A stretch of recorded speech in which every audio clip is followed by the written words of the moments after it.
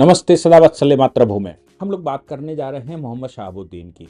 और मजे की बात यह है कि बांग्लादेश के अंदर जो कुछ भी हुआ पिछले 2 वर्षों में, हम सब जानते हैं। शेख हसीना का प्रकरण मालूम है, मोहम्मद यूनुस किस प्रकार से पाकिस्तान की तरफ घुसे और विश्व भर को उन्होंने ये बताया कि भाई वो कैसे बांग्लादेश में सत्ता परिवर्तन हुआ। इसके बाद भी मोहम्मद यूनुस के जो प्रयास थे, हालांकि मोहम्मद यूनुस का जो इंटेंशन था वो पूरा नहीं हो पाया। उसका कारण तीनों सेनाओं के आज खुलासे हुए हैं। तीनों सेनाओं का प्रमुख होना, प्रेसिडेंट का इंटैक्ट होना, पुलिस का उनका साथ न देना और तमाम जो बांग्लादेश के इंस्टीट्यूशंस हैं वो मोहम्मद यूनुस के साथ खुलकर खड़े नहीं हुए। और सभी, चूंकि परिवर्तन तो हो ही चुका था, विश्व की शक्तियां उनके साथ थीं, पाकिस्तान में वो घुस गए थे, चाइना में वो घुस गए थे, इवन चाइना और पाकिस्तान को बांग्लादेश में मोहम्मद यूनुस ने घुसवा ही लिया था। मोहम्मद यूनुस की पूरी प्रयास था, जो मोहम्मद शहाबुद्दीन का इंटरव्यू एक आया है, मतलब वहाँ के प्रेसिडेंट का एक इंटरव्यू आया, और इतना खतरनाक इंटरव्यू मैं समझता हूँ कि उन्होंने कहा कि मैं 2 वर्ष तक क्यों शांत रहा। उनसे पूछा कि भाई आप शांत क्यों रहे, ये सब कुछ आपके सामने हो रहा था, आप सब कुछ देख रहे थे, फिर भी आप शांत रहे।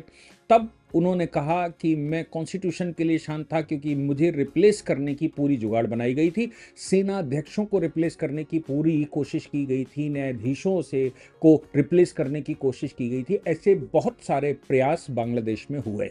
उन प्रयासों के तहत ही ये सारा प्रकरण उस समय चल रहा था। आप सोचकर देखिए कि एक राष्ट्रपति, एक सरकार को, चुनी हुई सरकार को बदला जाता है, बदलने के बाद मोहम्मद यूनुस सत्ता पर बैठते हैं। मोहम्मद यूनुस सत्ता पर बैठने के बाद जो परिवर्तन वहां करने की कोशिश करते हैं या जो खतरनाक टाइप के परिवर्तन वहां करते हैं, उन परिवर्तनों के बारे में पहली बार यह खुलासा किया गया। मोहम्मद शहाबुद्दीन ने अपने इंटरव्यू में कहा कि भाई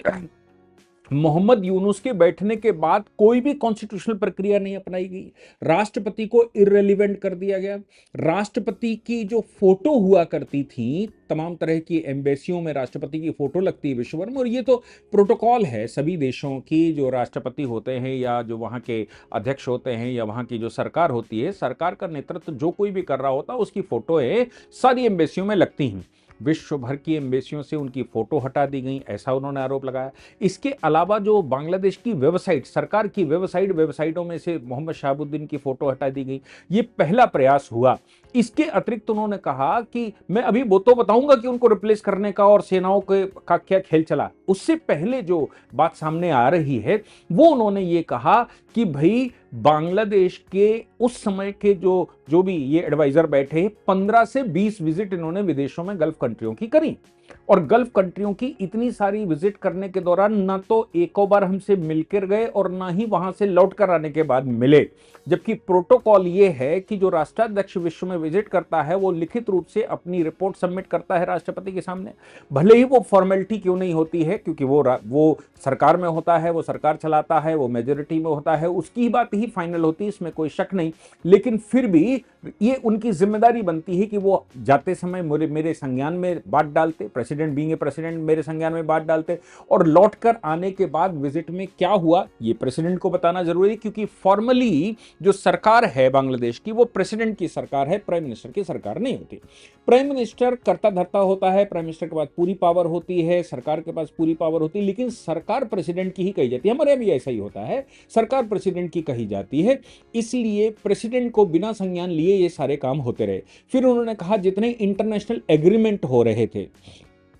सवाल यह भी है कि बांग्लादेश की सरकार के द्वारा उस समय किए गए इंटरनेशनल एग्रीमेंट कितने वैलिड हैं, क्योंकि मोहम्मद शहाबुद्दीन का कहना है कि किसी भी एग्रीमेंट पर प्रेसिडेंट के साइन नहीं हुए, ना ही प्रेसिडेंट को संज्ञान में लिया गया, ना ही प्रेसिडेंट को बताया गया, ना ही प्रेसिडेंट को मालूम है कि कोई इंटरनेशनल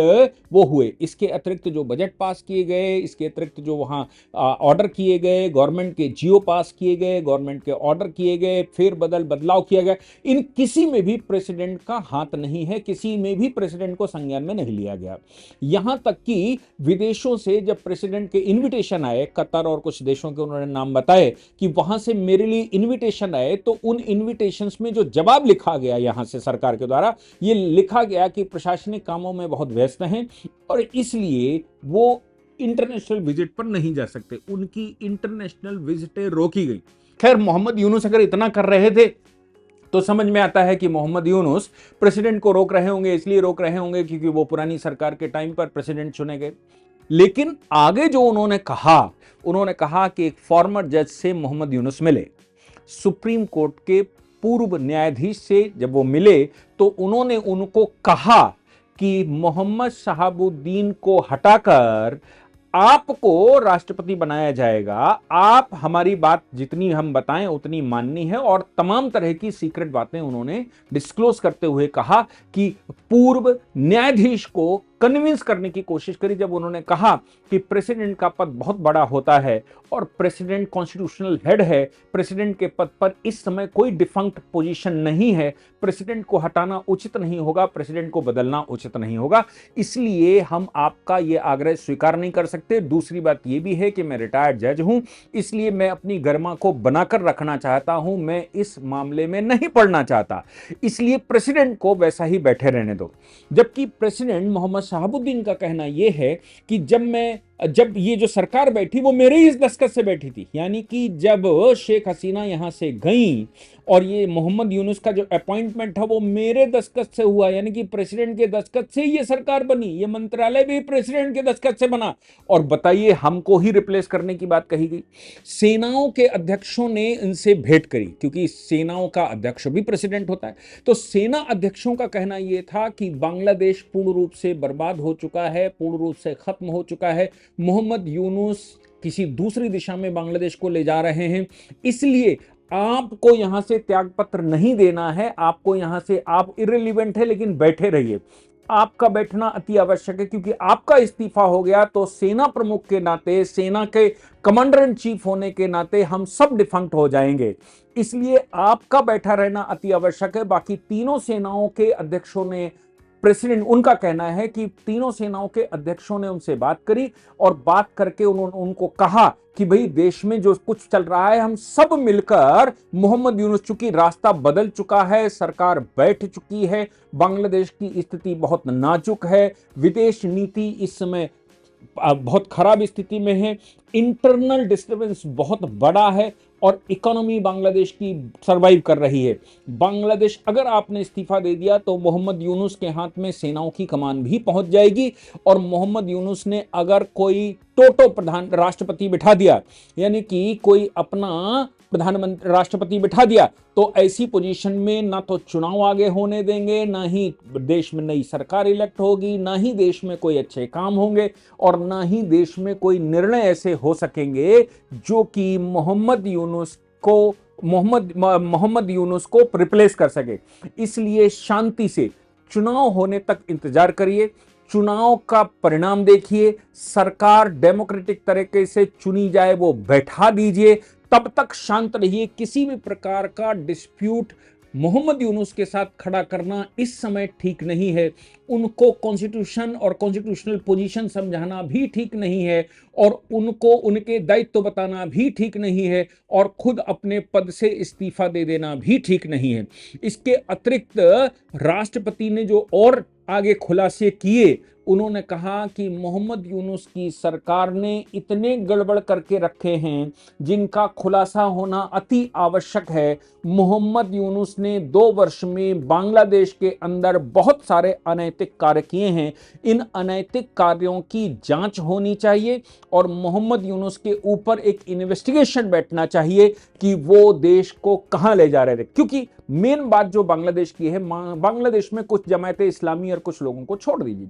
उनको छोड़कर पूरा बांग्लादेश पाकिस्तान के साथ नहीं रहना चाहता। बांग्लादेश की जो भावना है वो बंग भावना है, उसकी भावना बंगाल की भावना है, और चूंकि वो बंगाल की भावना है इसलिए बांग्लादेश में दोनों ही पॉलिटिकल बड़ी पार्टियां, चाहे मैं नेशनलिस्ट पार्टी की बात करूं या अवामी लीग की बात करूं, दोनों ही वो पार्टियां हैं जिन्होंने मिलकर बांग्लादेश को पाकिस्तान से स्वतंत्र करवाया था। ऐसी पोजीशन में बांग्लादेश का जो सेंटिमेंट है वो पाकिस्तान के खिलाफ है, लेकिन मोहम्मद यूनुस बांग्लादेश को यानी कि ईस्ट पाकिस्तान बनाना चाहते थे, और पूरा भरसक प्रयास किया गया कि भारत के विरुद्ध किस प्रकार से बांग्लादेश खड़ा हो जाए और भारत के विरुद्ध बांग्लादेश की भूमि का इस्तेमाल हो जाए। चीन, चिकन नेक और ये सब कुछ मोहम्मद यूनुस ने किया, लेकिन बांग्लादेश की जो सेनाएं हैं, बांग्लादेश के जो राष्ट्रपति और भारत की जो डिप्लोमेसी है, इन सब ने मिलकर बांग्लादेश को बचाकर रखा। मैं समझता हूं कि सरकार, भारत सरकार की जो डिप्लोमेटिक पॉलिसी और बांग्लादेश सरकार की यानी कि राष्ट्रपति और सेना और वहां का जो तंत्र था, मोहम्मद यूनुस और उनके कुछ साथियों को छोड़कर पूरा तंत्र किसी दूसरे दिशा में था। वो कोई भी तंत्र का व्यक्ति ये नहीं चाहता था कि हिंदुस्तान के साथ कन्फ्लिक्ट हो, लेकिन मोहम्मद यूनुस और उनके साथियों ने हिंदुओं की जो हत्याएं करी, जो हिंदुओं के ऊपर अत्याचार किए, उससे वो भारत को भड़काना चाहते थे। और भारत और बांग्लादेश आमने सामने खड़ा हो और आपस में इतना कन्फ्लिक्ट हो जाए कि बांग्लादेश के पास चीन या पाकिस्तान जाने के अलावा कोई ऑप्शन ही ना बचे। इतनी इतनी कटुता भारत के साथ हो जाए कि आगे भविष्य में भारत की डिप्लोमेसी बांग्लादेश को लेकर विफल हो जाए। ये पूरे प्रयास मोहम्मद यूनुस ने किए, जिसका खुलासा मोहम्मद शहाबुद्दीन ने अपने एक इंटरव्यू में दिया। मैं समझता हूं कि अब जिस प्रकार से वो कह रहे हैं और तारिक रहमान की जो सरकार बनी है, तारिक रहमान की सरकार की ये जिम्मेदारी, अगर तारिक रहमान और मोहम्मद यूनुस एक ही नहीं थे, तारिक रहमान को लाने के लिए मोहम्मद यूनुस नहीं बैठाए गए थे, तो फिर मोहम्मद यूनुस की 2 साल की सरकार के दौरान जो कुछ भी हुआ उस पर ग्रांड एक इन्वेस्टिगेशन बिठाना चाहिए तारिक रहमान को, और राष्ट्रपति की गरिमा जो बांग्लादेश में है उसको बरकरार रखना चाहिए। लेकिन मैं समझता हूं कि राष्ट्रपति ने जो बोलना शुरू किया है, उन्होंने जो खुलासे किए हैं, उन्होंने जो कॉन्स्टिट्यूशनल फेल्योर की बात की है, उन्होंने जो डिसीजन मेकिंग की बात करी है, जो विदेश यात्राओं की बात करी है, जो खर्चों की बात करी है, जो करप्शन की बात करी, वो सारी चीजों पर इन्वेस्टिगेशन अगर हो जाए तो मोहम्मद यूनुस को भी फांसी से कम सजा नहीं हो सकती। मैं समझता हूं कि मैं समझता हूं कि राष्ट्रपति ने जो अपनी बात कही उसका स्वागत होना चाहिए, भारत को भी उनका साथ देना चाहिए, और मैं समझता हूं कि तारिक रहमान को भी उस समय 2 वर्ष के दौरान किए गए गड़बड़ियों को, हालांकि तारिक रहमान तो खुश होंगे क्योंकि वो तो ऑलरेडी देश बदर घोषित हो चुके थे और मोहम्मद यूनुस की वजह से ही वो देश में वापस आ पाए, लेकिन मैं समझता हूं कि शेख हसीना का जो डिसीजन वो जो ट्रिब्यूनल ने किया, वॉर ट्रिब्यूनल ने, उसका सुप्रीम कोर्ट में अपील जानी चाहिए नई सरकार के द्वारा, और वहां जो भी, मैं समझता हूं कि डेमोक्रेसी अगर बांग्लादेश में बहाल करनी है तो शहाबुद्दीन की बात को सही से संज्ञान में लेना चाहिए, और ये संज्ञान में अगर नहीं लिया जाएगा तो मैं समझता हूं कि बहुत अच्छे परिणाम नहीं निकलेंगे। जय हिंद, जय भारत,